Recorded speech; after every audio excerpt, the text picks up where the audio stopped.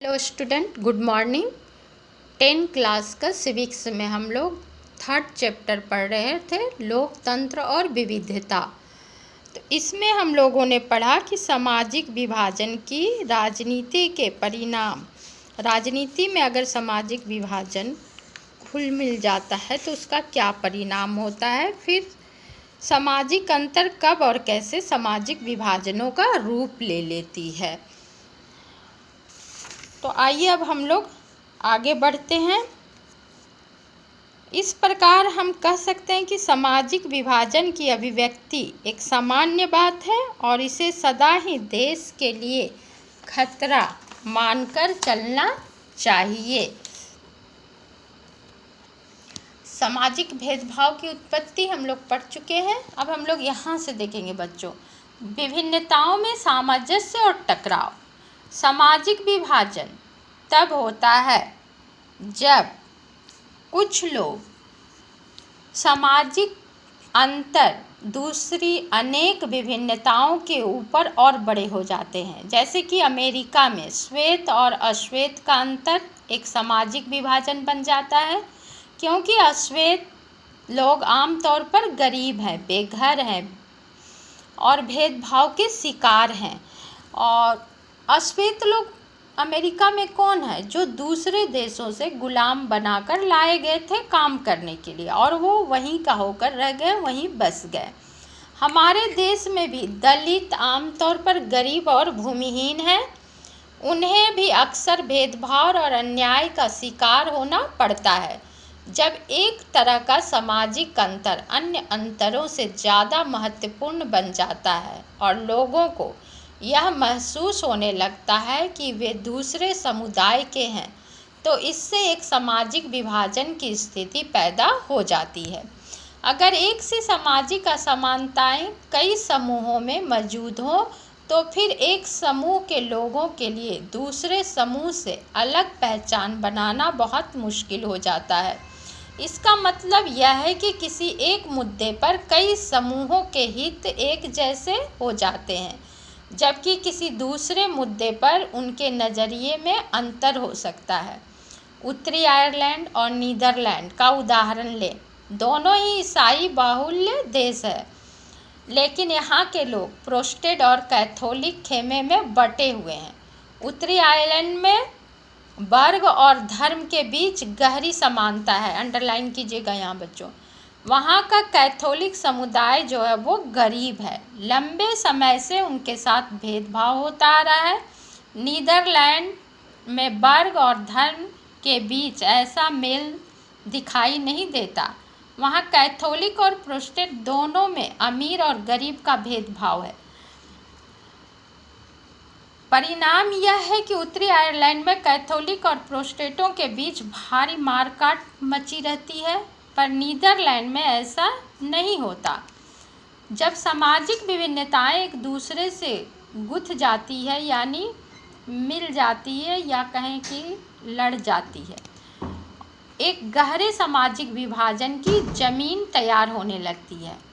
जहाँ ये सामाजिक विभिन्नताएं एक साथ कई समूहों में विद्यमान होती है, वहाँ उन्हें संभालना अपेक्षाकृत आसान होता है।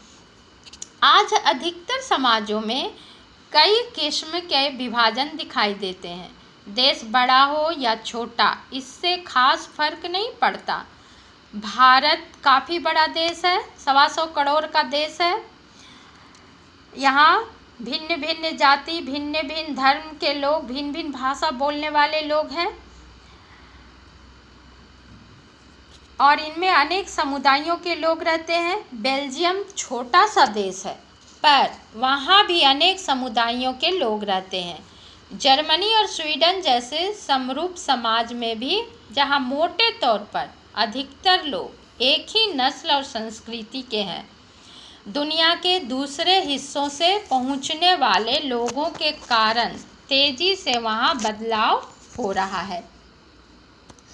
ऐसे लोग अपने साथ अपनी संस्कृति लेकर पहुंचते हैं। उनमें अपना अलग समुदाय बनाने की प्रवृत्ति होती है। इस हिसाब से आज दुनिया के अधिकतर देश बहुसंस्कृति हो गए हैं। बहुसंस्कृति मतलब बहुत तरह की संस्कृति, अलग अलग संस्कृति हो गई है। अब हम लोग इधर देखेंगे बच्चों, सामाजिक विभाजन की राजनीति पर इसका क्या असर पड़ता है। अगर समाज में विभाजन आता है तो राजनीति पर उसका क्या असर होता है। सामाजिक विभाजन राजनीति को किस प्रकार प्रभावित करती है। क्वेश्चन आता है यहाँ से बच्चों कि सामाजिक विभाजन राजनीति को किस प्रकार से प्रभावित करती है। इसको अंडरलाइन कीजिए, यहाँ से हमेशा क्वेश्चन आता है। राजनीति का इन सामाजिक विभाजनों से क्या लेना देना है।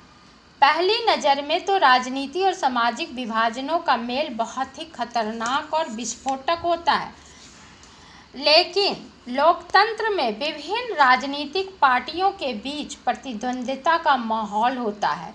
इस प्रतिद्वंद्विता के कारण कोई भी समाज फूट का शिकार बन जाता है। जो जिस जाति या धर्म के लोग होते हैं, अगर उस पार्टी का कोई उम्मीदवार खड़ा होता है तो लोग चाहते हैं कि उसी पार्टी को वोट दे जिस समुदाय या जिस जाति धर्म के लोग के उम्मीदवार हैं वो अपने ही समुदाय के लोगों को जिताना चाहते हैं। तो ये लोकतंत्र के लिए बहुत ही खतरनाक है। परिणामों का दायरा, उत्तरी आयरलैंड का ही उदाहरण लें जिसका जिक्र हम ऊपर कर चुके हैं। ग्रेट ब्रिटेन का यह हिस्सा काफ़ी लंबे समय में से हिंसा, जातीय कटुता और राजनीतिक टकराव की गिरफ्त में रहा है। यहाँ की आबादी मुख्यतः ईसाई ही है, पर इस संदर्भ में दो प्रमुख पंथों की बुरी तरह बटी है, पंथों में बटी हुई है, दो हिस्सों में बटा हुआ है, दो वर्गों में बटा है।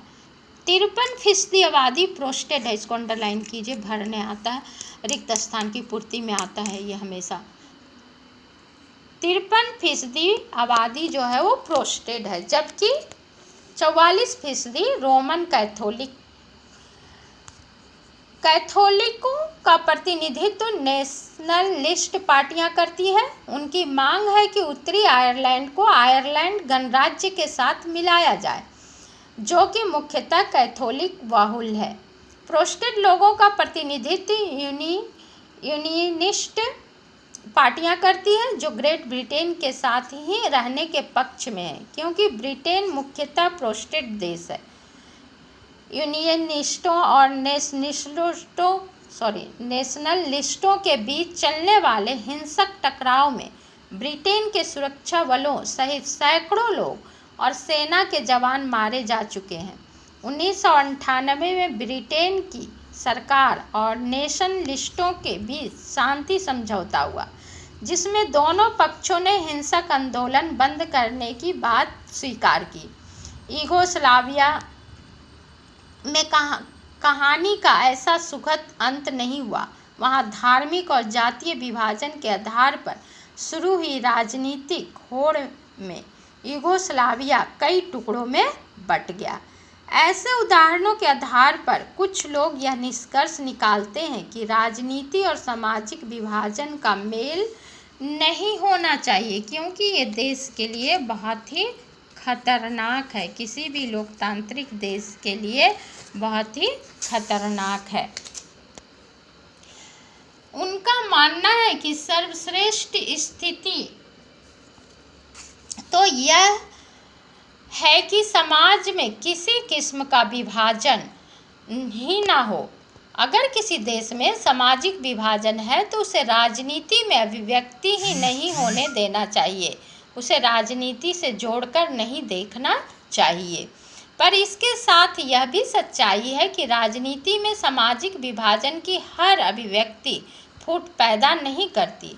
हमने पहले भी देखा कि दुनिया के अधिकतर देशों में किसी न किसी किस्म का सामाजिक विभाजन अवश्य ही होता है, और ऐसे विभाजन राजनीतिक शक्ल भी अख्तियार करते ही हैं। लोकतंत्र में राजनीतिक दलों के लिए सामाजिक विभाजनों की बात करना और विभिन्न समूहों से अलग अलग वादे करना बड़ी स्वाभाविक बात है। और हम लोग जैसा कि जानते हैं, इलेक्शन के समय हम लोग देखते हैं कि विभिन्न राजनीतिक पार्टियां, विभिन्न दलों के लोग विभिन्न तरह के प्रलोभन देते हैं लोगों को। अधिकतर देशों में मतदान के स्वरूप और सामाजिक विभाजनों के बीच एक प्रत्यक्ष संबंध दिखाई देता है। इसके तहत एक समुदाय के लोग आमतौर पर किसी एक दल को दूसरों के मुकाबले ज़्यादा पसंद करते हैं और उसी को वोट देते हैं। कई देशों में ऐसी पार्टियां हैं जो सिर्फ एक ही समुदाय पर ध्यान देती है और उसी के हित में राजनीति करती है।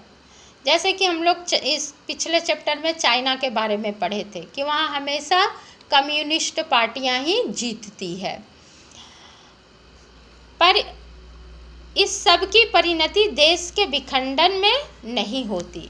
3 आयाम देखिए, सामाजिक विभाजनों की राजनीति का परिणाम 3 चीज़ों पर निर्भर होता है। पहली चीज़, अंडरलाइन कीजिएगा बच्चों, पहली चीज़ है लोगों में अपनी पहचान के प्रति आग्रह की भावना होना। अगर लोग खुद को सबसे विशिष्ट और अलग मानने लगते हैं तो उनके लिए दूसरों के साथ तालमेल बैठाना बहुत ही मुश्किल होता है। जब तक उत्तरी आयरलैंड के लोग खुद को सिर्फ प्रोटेस्टेंट या कैथोलिक के तौर पर देखते रहेंगे, तब तक उनका शांत हो पाना संभव नहीं होता। अगर लोग अपनी बहुस्तरीय पहचान के प्रति सचेत हैं और उन्हें राष्ट्रीय पहचान का हिस्सा या सहयोगी मानते हैं, तब कोई समस्या नहीं होती। जैसे बेल्जियम के अधिकतर लोग खुद को बेल्जियाई ही मानते हैं, भले ही वे डच या जर्मन बोलते हों।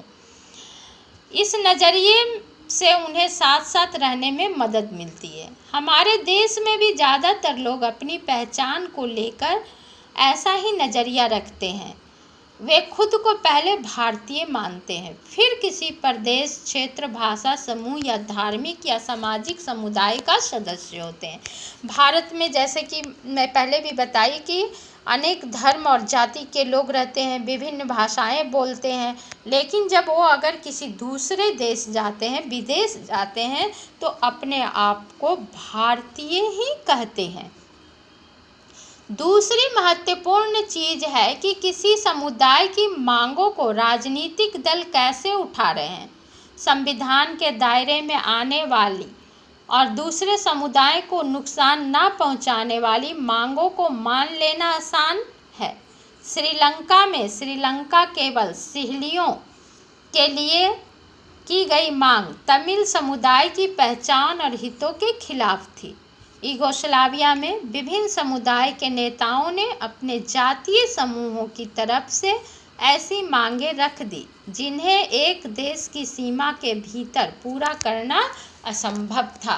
दूसरी बात थी ये। तीसरी बात, सरकार का रुख।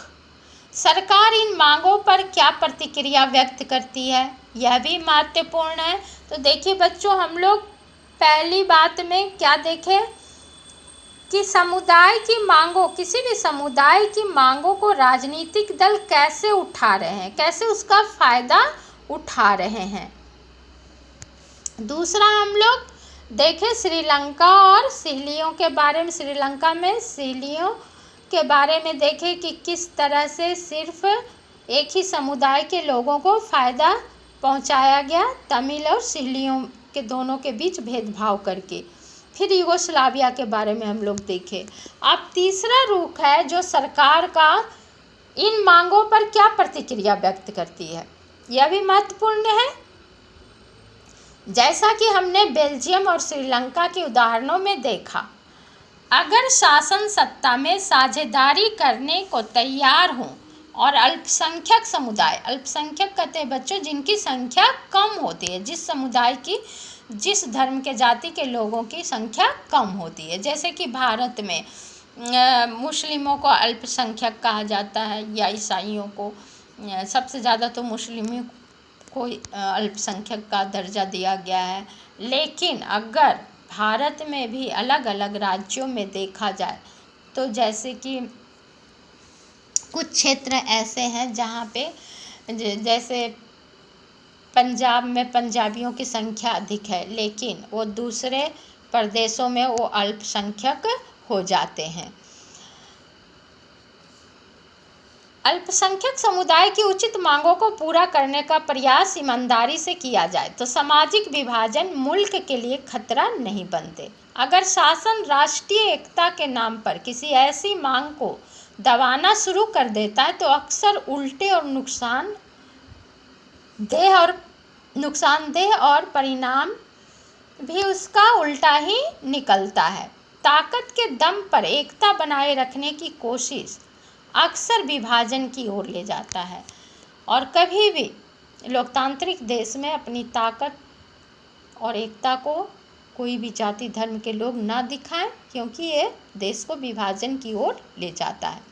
इस तरह किसी देश में सामाजिक विभिन्नताओं पर जोर देने की बात को हमेशा खतरा मानकर नहीं चलना चाहिए। लोकतंत्र में सामाजिक विभाजन की राजनीतिक अभिव्यक्ति एक सामान्य बात है। यह एक स्वस्थ राजनीति का लक्षण भी हो सकता है। इसी से विभिन्न छोटे सामाजिक समूह हाशिए यानी किनारे पर पड़ी जरूरतों और परेशानियों को जाहिर करते हैं और सरकार का ध्यान अपनी ओर खींचते हैं। राजनीति में विभिन्न तरह के सामाजिक विभाजनों की अभिव्यक्ति ऐसे विभाजनों के बीच संतुलन पैदा करने का काम भी करती है। इसके चलते कोई भी सामाजिक विभाजन एक हद से ज़्यादा उग्र नहीं हो पाता। इस स्थिति में लोकतंत्र मजबूत ही होता है। पर विभिन्नता के प्रति, यानी विभिन्नता मतलब भिन्न भिन्न, अलग अलग, विभिन्नता के प्रति सकारात्मक नज़रिया रखना और सभी चीज़ों को समाहित करने की इच्छा रखना इतना आसान मामला नहीं है। जो लोग खुद को वंचित, उपेक्षित और भेदभाव का शिकार मानते हैं, उन्हें अन्याय से संघर्ष भी करना होता है। ऐसी लड़ाई अक्सर लोकतांत्रिक रास्ता ही अख्तियार करती है।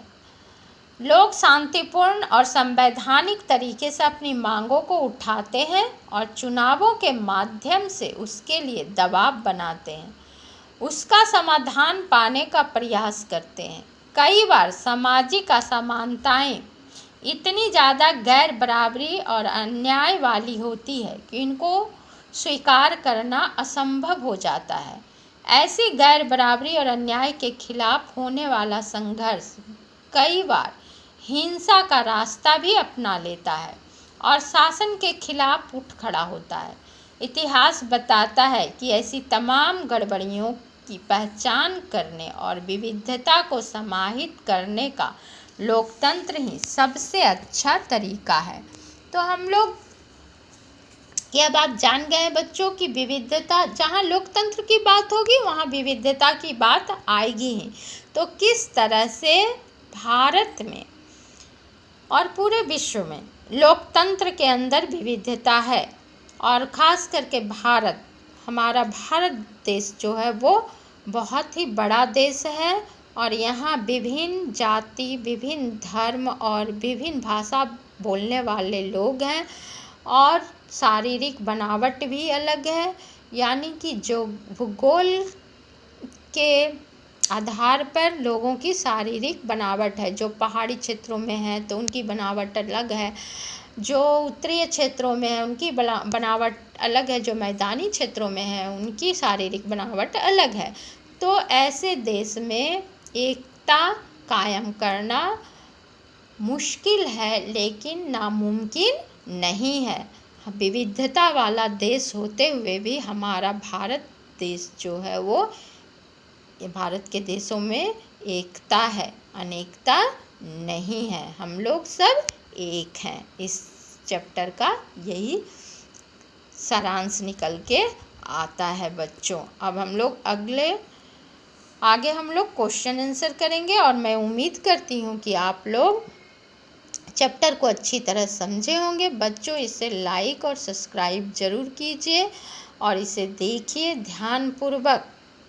और आप लोग कुछ कमेंट भी कर सकते हैं अगर मेरी पढ़ाई अच्छी नहीं लग रही हो या मुझे और भी बेहतर किस तरह से करना है, तो इसके बारे में भी आप लोग अपनी राय सुझाव दे सकते हैं।